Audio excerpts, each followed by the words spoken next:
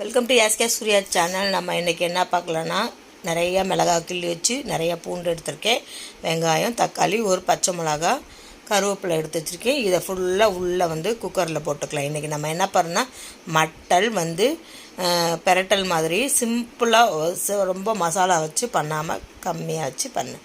நான் இதுக்கு ஒரு 1/2 கிலோ மட்டன் எடுத்திருக்கேன், ஒரு 6 பெரிய பல்லாரி எடுத்திருக்கேன், ஒரு 4-5 பல் பூண்டு கட்டு எடுத்திருக்கேன்.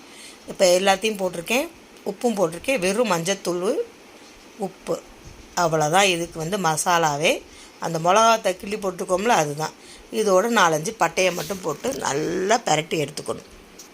நீங்கள் பெரட்டி எடுத்துகிட்டு சிம்பிளாக அவசரத்துக்கு நீங்கள் வெளியே போயிட்டு வந்தீங்க அப்படின்னா டக்குன்னு இந்த மாதிரி நீங்கள் செஞ்சு கொடுங்க.